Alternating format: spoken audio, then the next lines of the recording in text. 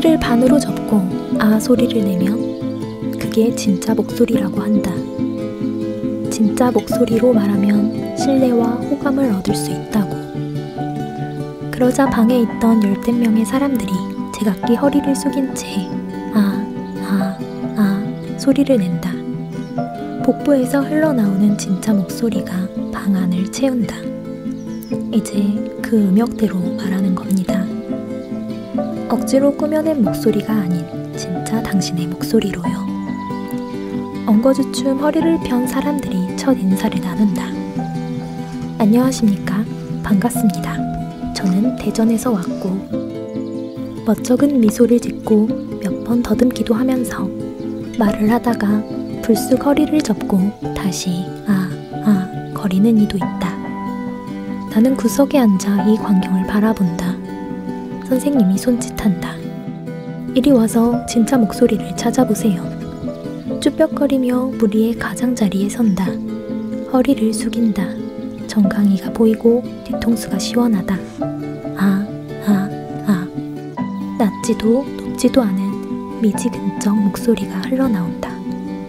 옆집 아이와 엘리베이터에서 마주쳐 어색하게 안부를 물을 때 보다는 낮고 지저분한 소문을 전할 때 보다는 높다. 언뜻 저 사람과 그 옆 사람의 목소리하고 똑같다. 우리 셋이 동시에 얘기하면 참 재미있겠죠. 진지한 모임에서 그런 말은 할 수 없어서 그저 소리만 낸다. 교실은 소리를 머금은 상자가 되고 이가 나간 머그잔에 물을 담아 마시다가 바닥에 흘렀다. 닦아내려고 허리를 숙인 찰나 물 위로 번지는 그림자가 보였다. 진짜 같았다. 고개를 들었다. 진짜 사람들이 진짜 미소를 지으며 진짜 멋진 진짜 옷을 입은 게 이제야 눈에 들어왔다. 우리는 다 합격할 수 있을 거예요. 진짜 행복이 밀려왔다. 강지수 시인의 시 면접 스터디를 읽어드렸습니다. 안녕하세요. 문학의 소리를 듣고 전하는 문학라디오 문장의 소리입니다. 저는 오다영입니다. 당신의 첫은 작가로서의 첫 발을 내딛기 시작한 신인 작가들을 만나보는 자리입니다. 그간의 노력을 축하하고 또 앞으로의 시간을 응원하는 시간이 되었으면 합니다. 오늘은 2024년 문화일보 신춘문예의 면접 스터디가 매일신문 신춘문예의 시운전이 당선되며 이관왕의 주인공이 되신 강지수 시인님을 모셨습니다. 안녕하세요. 안녕하세요. 오래 기다리셨습니다. 강지수 시인님, 문장의 소리 청취자분들께 자기소개 부탁드려요. 네, 안녕하세요. 시 쓰고 있는 강지수라고 합니다. 초대해 주셔서 감사합니다. 무려 신춘문예 이관왕이라니 정말 드물잖아요. 그리고 평생에 딱 한 번 기회가 있는 특별한 경험인데 동시 당선을 알게 되었을 때 가장 먼저 어떤 생각이 드셨나요? 사실 아직도 좀 얼떨떨하고요. 처음 당선 연락을 주셨던 곳은 문화일보였는데 네. 이미 그 이후로 넋이 좀 나가 있다가 네. 매일신문에서도 당선 연락을 받고 나서는 한동안 이게 진짜 일어난 일이 맞나? 내가 살면서 이렇게 운이 좋았던 적이 없었는데 이게 현실이 맞나? 그런 생각을 했었습니다. 며칠 차로 그 연락을 받으셨어요? 문화일보가 12월 첫째 주였고요. 네. 매일신문이 둘째 주인가 그랬던 것 같아요. 그래도 그 차이가 좀 있네요. 네, 조금 있었어요. 네. 나 1관왕인 줄 알았는데 2관왕 시기가 좀 있으셨던 건데 한 번을 맞아도 몇 년 동안 얼떨떨한데 두 번 달아니 아침에 일어날 때마다 한 번씩 확인을 해보시면 그러셨을 것 같고요. 그 두 연락을 받으셨을 때 각각 뭘 하고 계셨는지 좀 궁금해요. 첫 번째 문화일보 때는 어떤 상황에서 연락을 받으셨나요? 문화일보 때는 제가 이제 회사를 관두고 나서 집에서 좀 벌러덩 누워서 네. 그 당시에 이제 임유영 시인님의 오믈렛이라는 시집을 네. 너무 감탄하면서 읽고 있었는데 이제 갑자기 연락이 와서 네. 당선 소식을 알게 되었고 매일신문 같은 경우에는 이제 문화일보 수상소감을 한창 쓰고 있는데 네. 연락을 받았던 것 같아요. 네. 어머, 멋지네요. 수상소감을 쓰고 있는 와중에 네. 다른 곳에서도. 본격적인 질문에 앞서 이제 가벼운 질문 한번 드려보고 네. 싶은데 이관왕이시면 상금도 2번이신데요. 어디에 쓰셨는지 혹시 여쭤봐도 될까요? 감사하게도 상금을 2번 받게 돼서 네. 살림에 쏠쏠하게 보탬이 되었고 사실 제가 작년 연말부터 올해 초까지 해서 좀 길게 해외여행을 하게 되었었는데 그 상금들 덕분에 조금 마음 편하게 쉬고 올 수 있었습니다. 어디로 다녀오셨나요? 저 치앙마이에 머물다가 한 달 정도 있다가 왔어요. 그 유명한 네. 치앙마이 한 달 살기를 하고 네, 오셨나요? 맞습니다. 저도 코로나 이후에 사실 모두가 그 여행이 스톱됐었잖아요. 네. 바로 마지막에 갔던 여행지가 치앙마이였어요. 네. 저는 바로 그 다음 달에 치앙마이에서 돌아오자마자 한 달 살기를 하고 싶었으나 실패했죠. 그리고 이제 계속 실패하고 있는데요. 네. 너무 좋습니다. 어떠셨어요? 네. 너무 좋은 소식이 가득한 때에 거기 머무르셨던 건데. 네. 굉장히 좀 마음 편하게 떠난 여행이긴 했는데 막상 이제 가서 쉬려고 하다 보니 이제 내가 시인이라는 것이 되었는데 마냥 놀아도 되나? 라는 생각이 들었고 여기서 좀 꾸준히 뭔가를 써보자 하는 다짐을 했었지만 생각보다 잘 써지지 않아서 괴로워하는 또 며칠을 보내기도 했었던 것 같아요. 아, 그렇군요. 네. 이력에 대해서도 조금 특이해요. 국제통상 금융투자학을 전공하시고 네. 예술서 출판 편집자로도 일하신 이력이 있습니다. 네, 소위 말하는 비전공자신데 어쩌다 출판업계에 발을 들이게 되신 건지 이게 먼저 궁금해요. 네, 그 청취자분들이 모르실 수 있을 것 같아서 제 소개를 간단히 하자면 네. 저는 말씀하신 것처럼 대학에서 국문이나 문창이 아닌 전혀 다른 상경계열 쪽을 전공을 했었고 이제 졸업하고 나서 일반 외국계 기업에서 인사 업무를 1년 정도 하다가 퇴사하고 이 근처에 있는데 서울출판예비학교에서 좀 편집자가 되고 싶어서 공부를 했다가 졸업하고 나서 이제 예술서 출판사에서 편집자로 3년 정도 일을 했었어요. 네네. 그래서 출판업계에 발을 들이게 된 건 사실 좀 편집 일을 하시는 분들한테 여쭤보면 다 비슷한 대답을 하시긴 한데 어렸을 때부터 책을 너무 좋아했고 정말 어떻게 이렇게 다 똑같은 대답만 하세요. 그러니까요. 하필 책이 좋아서 네. 오랫동안 책을 좋아했었고 좀 TMI이긴 한데 네. 이제 제가 초등학교 저학년쯤 됐을 때 저희 엄마가 이제 혼자 살림을 꾸리셔야 했던 상황이었고 오후에 저를 봐주실 수 없으니까 이제 버스 요금 몇백 원을 쥐어주고 구립도서관 가서 좀 놀다 와라 하셨던 적이 있었어요. 그래서 이제 저는 아무것도 모르고 이제 서가 여기저기를 기웃기웃 거리면서 괜히 이 책 저 책 꺼내보고 한번 읽어보고 배고프면 매점 가서 초콜릿도 사 먹고 뭐 네, 그렇게 해서 그런 시간을 꽤 오래 보냈었고 지금도 기억나는 게 이제 그 프로이트의 꿈의 해석이라는 되게 두꺼운 책을 제가 몇 살 때라고요? 정말 프로이트가 누군지 이 책이 뭔지 네. 아무것도 모르는데 그냥 꿈이라는 단어가 좀 궁금했던 것 같아요. 그래서 괜히 꺼내서 이제 들춰봤는데 어린아이의 눈으로 보기에는 굉장히 자극적이고 외설적이고 그렇죠. 충격적인 얘기들이 너무 많아서 지금 그걸 왜 집으셨나 했는데 이해가 됩니다. 홀린 듯이 읽으면서 본능적으로 알았던 것 같아요. 내가 이걸 읽고 있는 걸 누구에게도 들켜서는 안 된다.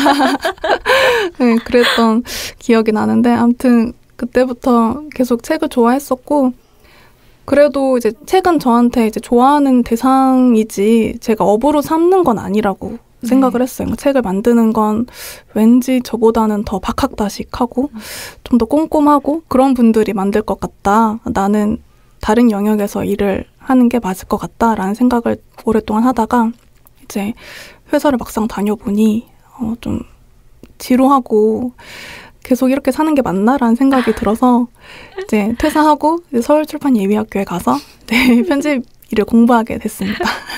제가 왜 이렇게 자꾸 웃냐면요. 전 자꾸 궁금한 거예요. 저의 편집자분들이. 네. 이제 자꾸 제가 인터뷰를 하거든요. 왜 오셨어요? 이렇게. 그러면 어제 뭐 다 비슷하게 흘러가요. 그래서 출판학교에 들어갔고 여기 들어왔습니다. 이렇게 모두 똑같이 말씀하시는데 정말 전형. 그렇죠. 그래서 마음이 편안하네요. 그래서 꾸준히 책을 둘러싼 주변부를 사랑하고 계셨을 것 같은데 시를 처음 쓰기 시작한 계기가 있을까요? 시의 좋음에 대해서는 시를 쓰기 훨씬 전부터 느끼고는 있었는데요. 제가 이제 그 성동혁 시인님을 되게 좋아하는데 네. 그분의 시집 중에 6이라는 시집이 있어요. 첫 번째 시집이죠. 네네. 그 시집에 실린 시를 읽으면서 그냥 혼자 되게 펑펑 울었었던 기억이 있는데 그 전까지는 저는 시를 즐겨 읽는 사람도 아니었고 사실 시라는 게 뭔지 잘 모르는 사람이었고 그건 지금도 마찬가지지만 근데 저는 굉장히 T인간인데도 불구하고 시를 읽고 우는 제 모습이 너무 낯설고 신기하고 이해가 안 되더라고요. 그러면서 내가 뭐라고 형용할 수 없는 감정이 분명히 내 안에 있고 누군가가 여기서는 시인이 그 역시도 형용할 수 없는 어떤 무언가를 나름대로 언어로 빚어내서 혹시 이거 알아? 이거 본 적 있어? 이렇게 얘기하는 것 같은 느낌을 그 시를 읽으면서 좀 받았고 이 시라는 게 굉장한 감동을 줄 수 있는 매체구나라는 걸 그때 처음 깨달아서 그 이후로 몇 년 동안 계속 시를 즐겨 읽다가 재작년이죠. 2022년도 말에 네. 이제 주변에 소설 투고하시는 분이 있어서 저도 정말 아무 생각이 없다가 반쯤 재미삼아서 시를 이제 투고를 해봤었어요. 물론 네. 그때는 안 됐었고 근데 그때 한번 써본 이후로 너무 재밌는 거예요. 시를 쓰는 게. 그래서 1년 동안 열심히 써서 다음 해에 또 내보자라는 생각을 하게 됐고 그렇게 해서 시를 쓰게 됐습니다. 네. 네. 아주 빠른 시간 안에 시와 사랑에 빠지고 시인이 되셨어요. 네. 정말 빠릅니다. 주변에 그러면 시를 같이 읽고 나누는 어떤 동료도 있으셨던 걸까요? 저는 아무래도 전공도 그런 쪽이 아니고 하다 보니까 시를 같이 읽고 나눌 친구는 없었고 제가 1년 동안 합평 수업을 되게 많이 들었었어요. 한 4번 정도 들었고 그러다 보니까 꾸준히 계속 시를 써가면서 그 수업에서 만나는 분들과 시를 좀 나누게 되고 네, 그런 식으로 좀 조금씩 제 시를 객관적으로 보게 된 것 같습니다. 강지수 시인님은 2편의 등단작이 있으십니다. 이제 면접 스터디와 시 운전인데요. 면접 스터디는 취업 준비를 위해 면접 스터디를 한다는 평범하면서도 시적으로 풀어내기엔 다소 어려운 정황에서 시작되는 시고 반면 시 운전은 날 때부터 앞니 2개를 달고 태어난 독특한 아이로부터 시작하는 시입니다. 이제 언뜻 보면 결이 다른 것 같은 두 시지만 세상의 한 점에서 진짜와 가짜에 대한 사유로 또 천성과 삶의 관계를 경유한 실존적 탐구로 거침없이 나아가는 스타일에서 이제 경쾌한 패기가 느껴집니다. 각 작품에 대한 시인님의 생각을 좀 엿듣고 싶어요. 어떤 작품들인가요? 사실 너무 잘 설명을 해주셔가지고 더 가봅시다. 네. 말씀해주신 대로 면접 스터디는 이제 진짜 목소리에 대한 사유를 담은 시인데요.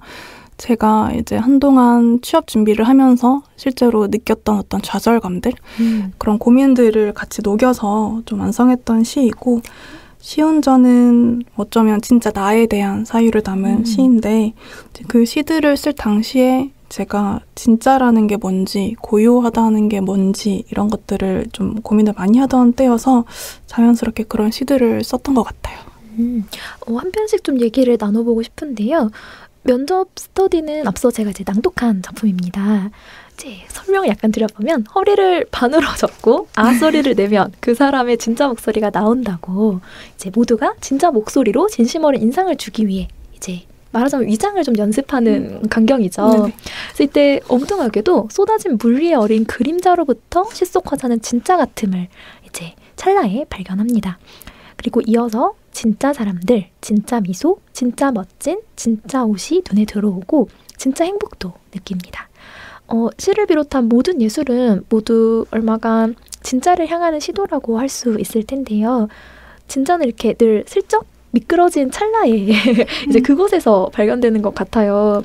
그래서 이제 이런 어슷한 진짜에 가닿기 위해서 혹시 면접 스터디니까 이런 진짜에 닿기 위한 어떤 연습, 스터디 같은 것이 가능할까요? 습작을 해오셨으니까요. 1년 동안. 시를 쓰면서 진짜에 가닿기 위한 노력을 말씀하시는 거죠? 네. 정말 어려운데 제가 한 10년을 쓰면 진짜에 조금이나마 근접할 수 있을지 모르겠지만요.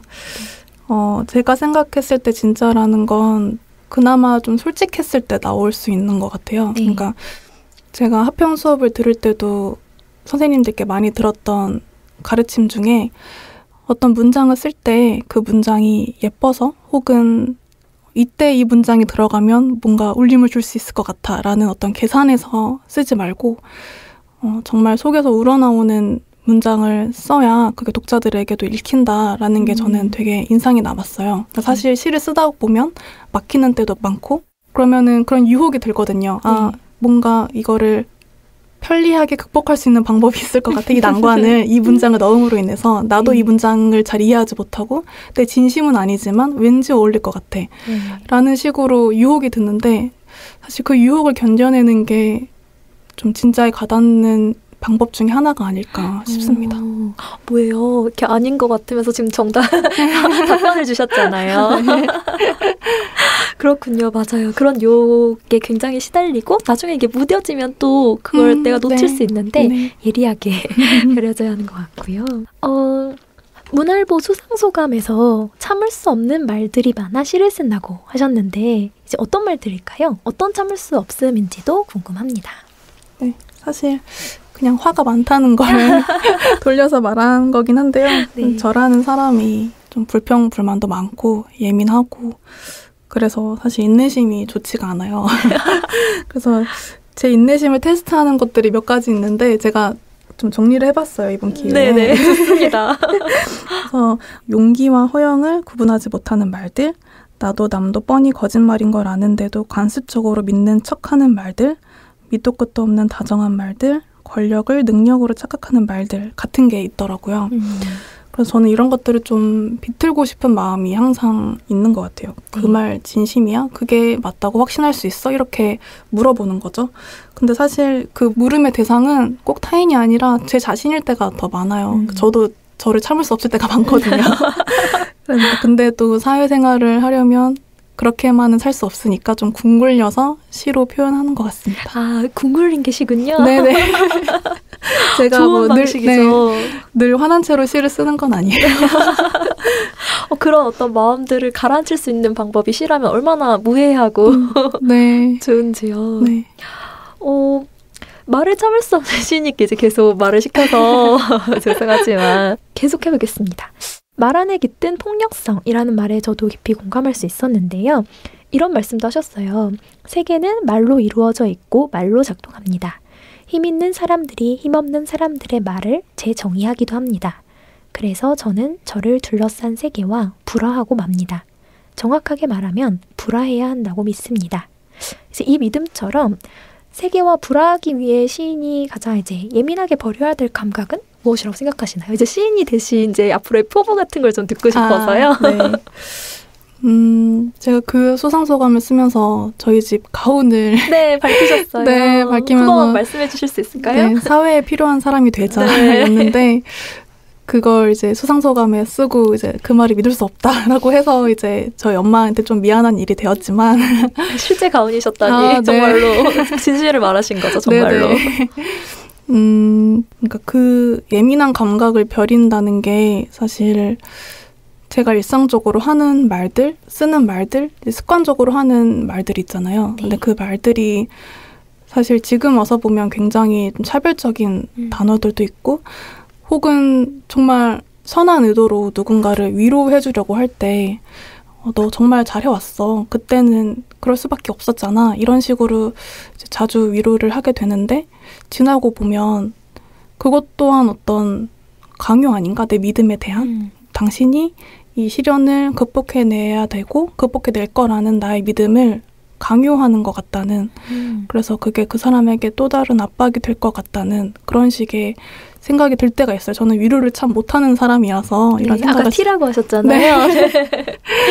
그 위로가 참 어려운데 사실 위로라는 건 선한 의도를 가지고 하게 되는 건데 이게 어떻게 보면 양면을 가지고 있다는 게 참 어려운 일인 것 같아요. 항상 내가 한 말들이 저를 힘들게 하더라고요. 맞아요. 그래서 혹시 집에 들어가실 때 나 왜 말 이렇게 많이 했지? 이런 고민 하시나요? 정말 많이 하고요. 오늘도 가면서 할 것 같은데. 여기는 말하러 나왔는 거죠. 그러니까요. 그래서 최대한 좀 정제한 말을 하고 싶지만 사람이 그러기가 쉽지 않잖아요. 또 받아들이는 것도 필요한 것 같아요. 폭력적인 말들이 되게 여러 형태가 있을 텐데 그 예시로 들어주신 것들이 굉장히 공감이 갑니다. 어떤 커다란 스피커를 가진 사람이 하는 말로 여러 가지 권력으로서 그것이 움직여서 이제 그렇게로 왜곡된다던가 네. 아니면 한정된다던가 그런 언어들도 굉장히 폭력적으로 저도 요새 많이 감각하고 있고요.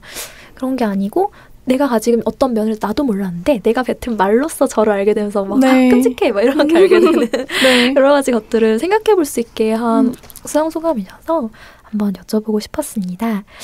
시운전 얘기도 한번 해볼게요. 시운전도 살짝 설명을 드려보면 날 때부터 난 2개의 앞니가 사가 뽑힌 후에도 사라진 앞니를 떠올리며 천성이란 무엇인지 왜 어떤 흔적은 흉터로서 역할하지 못하고 사라져 버리는지 성찰합니다. 이제 나와 분리된 조각들을 떠올리며 혹은 그리워하며 이미 사라진 것을 지금의 나에게로 소환하는 건데요.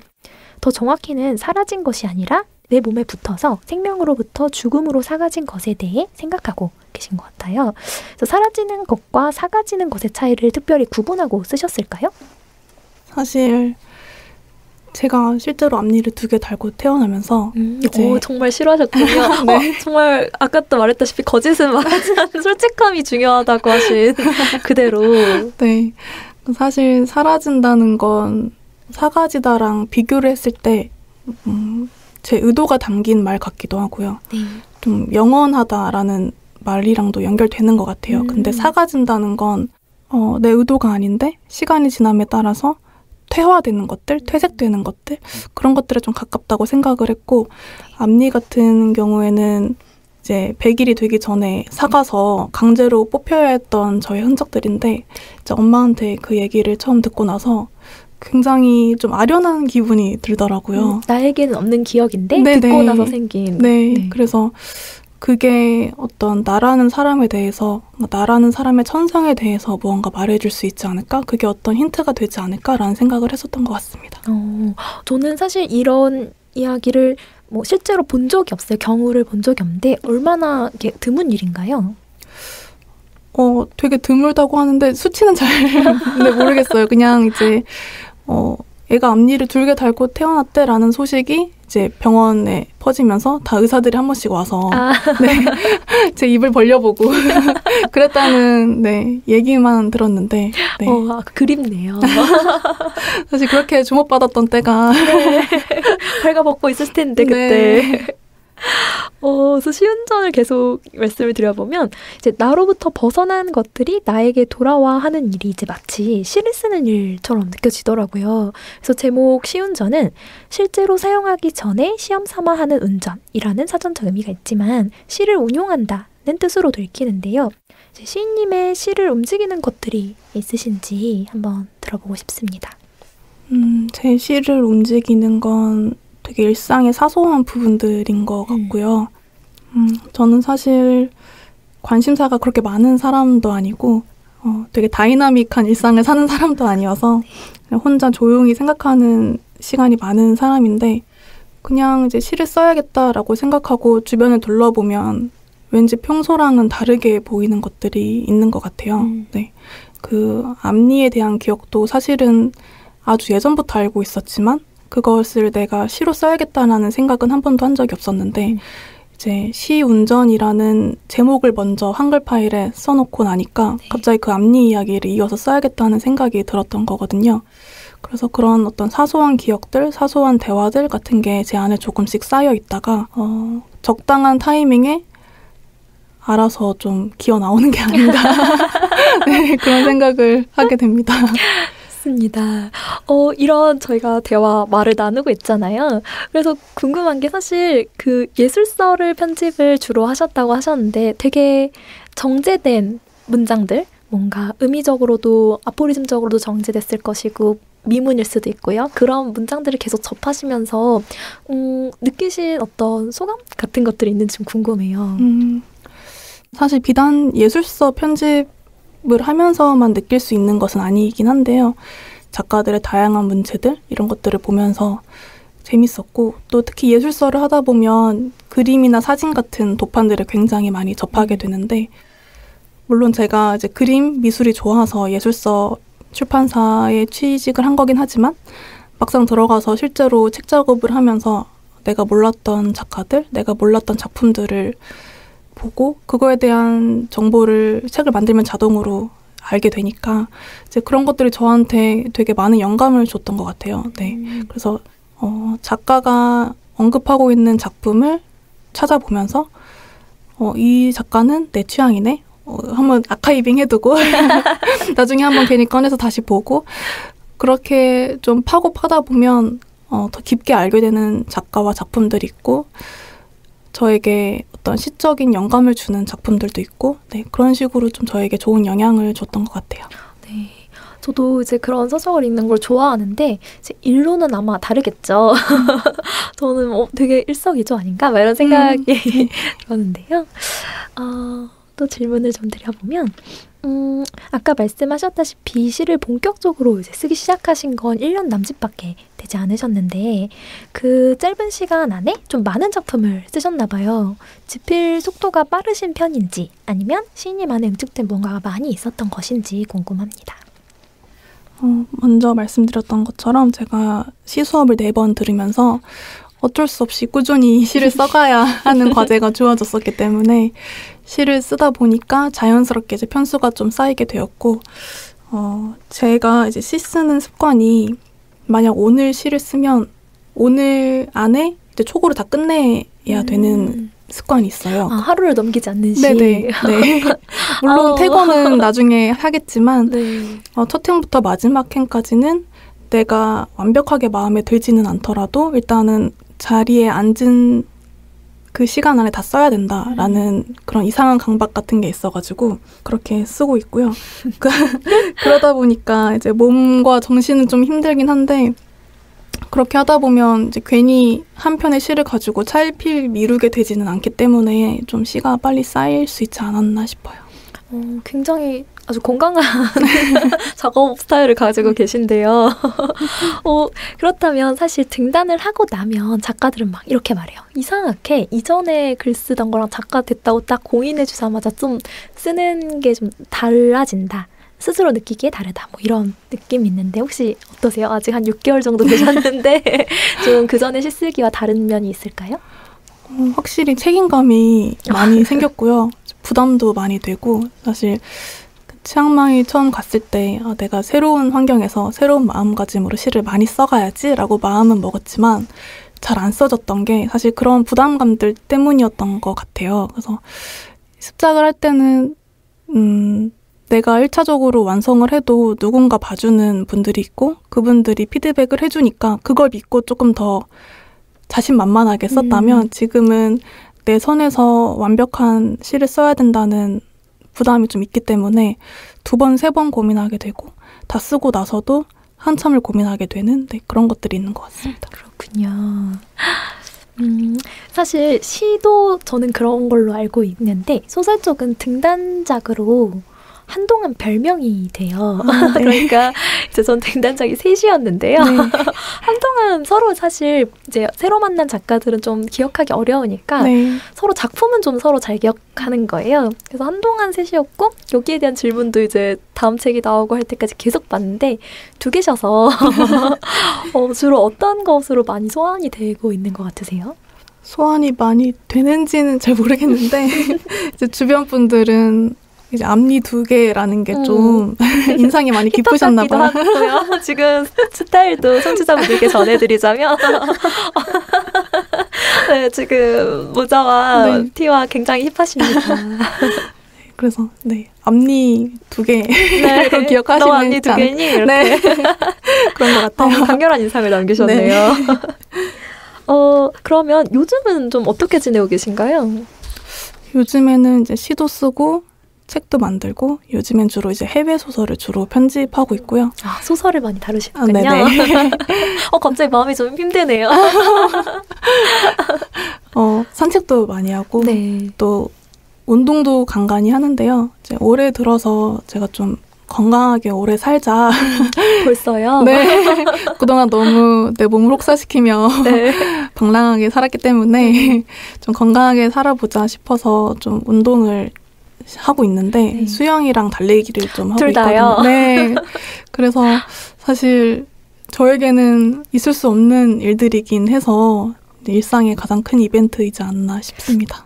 제가 지금까지 여기 앞에서 들은 바에 따르면 양지소 시인님은 지금 너무 건강한 루틴들을 그리고 멘탈 관리도 막 시쓰기 작업도 네. 운동도 지금 강인하신데 올해 강인하신 거 아닐까요? 그런가요? 제가 사실 그렇게 마음이 강한 사람은 아닌데 좀 요새 그런 습관을 들이려고 의식적으로 노력은 하고 있는 것 같아요. 네, 그렇군요. 혹시 시 쓸 때 벌써 어떤 습관이나 징크스가 생기셨을지 궁금해요. 습관은 이제 제가 자리가 불편하면 너무 힘들어해서 이제 되게 푹신푹신한 소파 위에 앉아서 이제 앞바다리를 하고 무릎 위에 노트북을 올려놓고 시를 자주 쓰고요. 아직 징크스는 없는 것 같지만 생기지 않도록 잘 피해 다니시며. 네네. 근데 무릎 위에 베개를 올려놓고 쓰시면 소설은 큰일 날 텐데 시는 괜찮을까요? 그래서 중간중간 스트레칭도 하고 네. 자세 중요합니다. 네, 정말. 10년 뒤에 모든 것이 말을 해주기 때문에요. 네. 조심하시고요. 네. 이제 최근에 발표한 작품이 있으시다면 좀 소개를 해주셨으면 좋겠어요. 등단작 말고 발표하신 작품이 몇 작품이실까요? 제가 하나하나 세보진 않았는데 가장 최근에는 이제 문장 웹진이랑 같이 가는 기분 그리고 문학동네 여름호에 이제 시를 발표했고요. 네. 특히 그 문장소리 계열사라고 해야 될까요? 그렇습니다. 네네. 문장 웹진에도 2편의 시를 발표해서 네, 많이 읽어주셨으면 좋겠습니다. 네. 한번 혹시 이 자리에서도 한 편 정도 낭독을 부탁드려도 될까요? 네. 조우. 앉은 키가 작은 사람. 그는 돌무덤에 기대어 앉아있다. 멀리서 보면 그도 하나의 돌멩이 같다. 뒷산 언저리에서 비에 젖은 나무 냄새가 넘어온다. 앉은 키가 작은 사람. 그는 지난밤 꿈을 떠올리고 있다. 꿈에서 그는 영원히 죽지 않는 까마귀를 보았다. 까마귀는 나무의 정수리에 앉아있다가 바람이 불어오면 날숨이 물길을 뚫고 흐르듯 바람을 타고 하늘을 날았다. 그렇게 마을을, 도시를, 나라를, 대륙을 넘어 털 색깔이 다른 까마귀와 날개죽지를 맞닿았다. 앉은 키가 작은 사람. 그는 생경한 촉감을 느끼며 몸통을 부르르 떨었다. 지리학을 전공한 금발의 까마귀는 그가 나고 자란 고장의 역사를 들려주었다. 전통 의복과 제철 요리를 소개해 주었고 어설프게 V를 그리는 그를 카메라로 찍어주었고 그가 떠나갈 때 손바닥과 손바닥을 맞닿았다. 앉은 키가 작은 사람. 그는 꿈에서도 자기가 우는 것을 알았다. 돌무덤 맨 꼭대기에 있는 돌멩이는 누가 올려둔 것이지? 어떤 소원이 그 안에 담겨있지? 이별을 원치 않는 사람의 수와 이별을 원하는 사람의 수가 같았다. 앉은 키가 작은 사람. 그는 등을 뒤로 젖혔고 앉은 키가 작은 사람. 돌무덤이 알랄이 쓰러졌다. 감사합니다. 이렇게 시를 직접 낭독하시는 일이 좀 익숙하실까요? 전혀 익숙하지 않고요. 제가 지금 너무 긴장을 해서.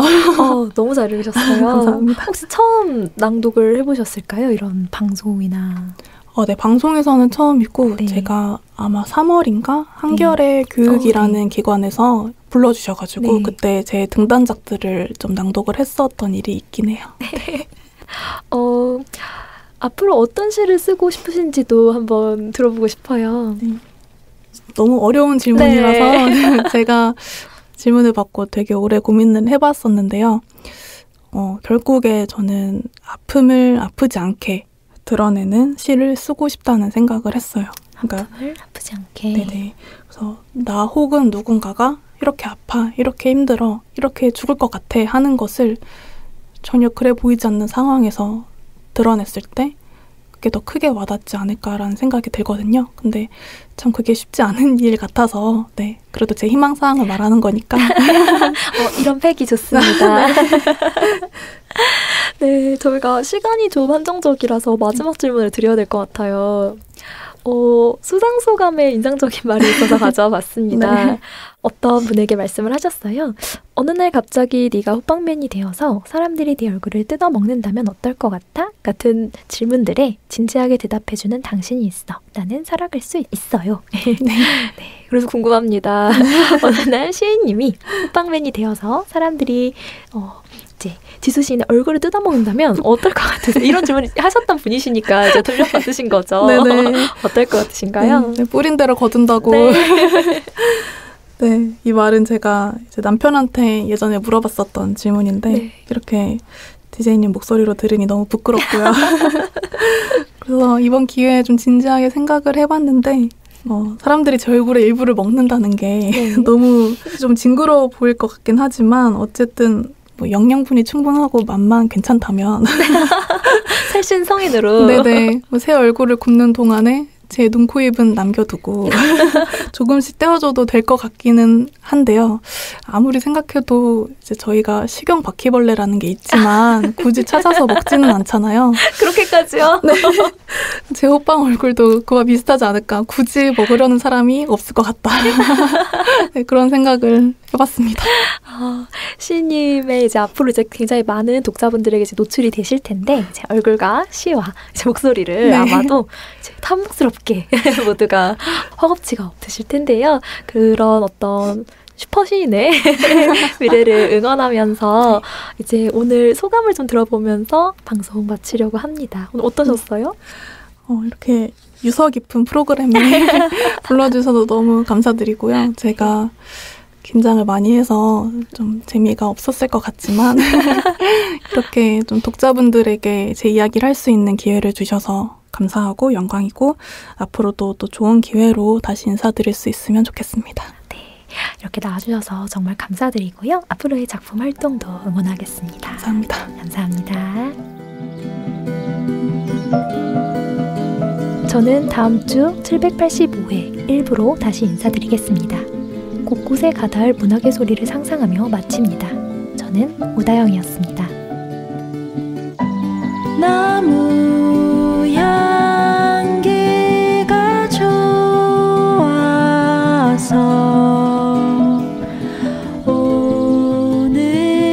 오늘도 연필을 들어서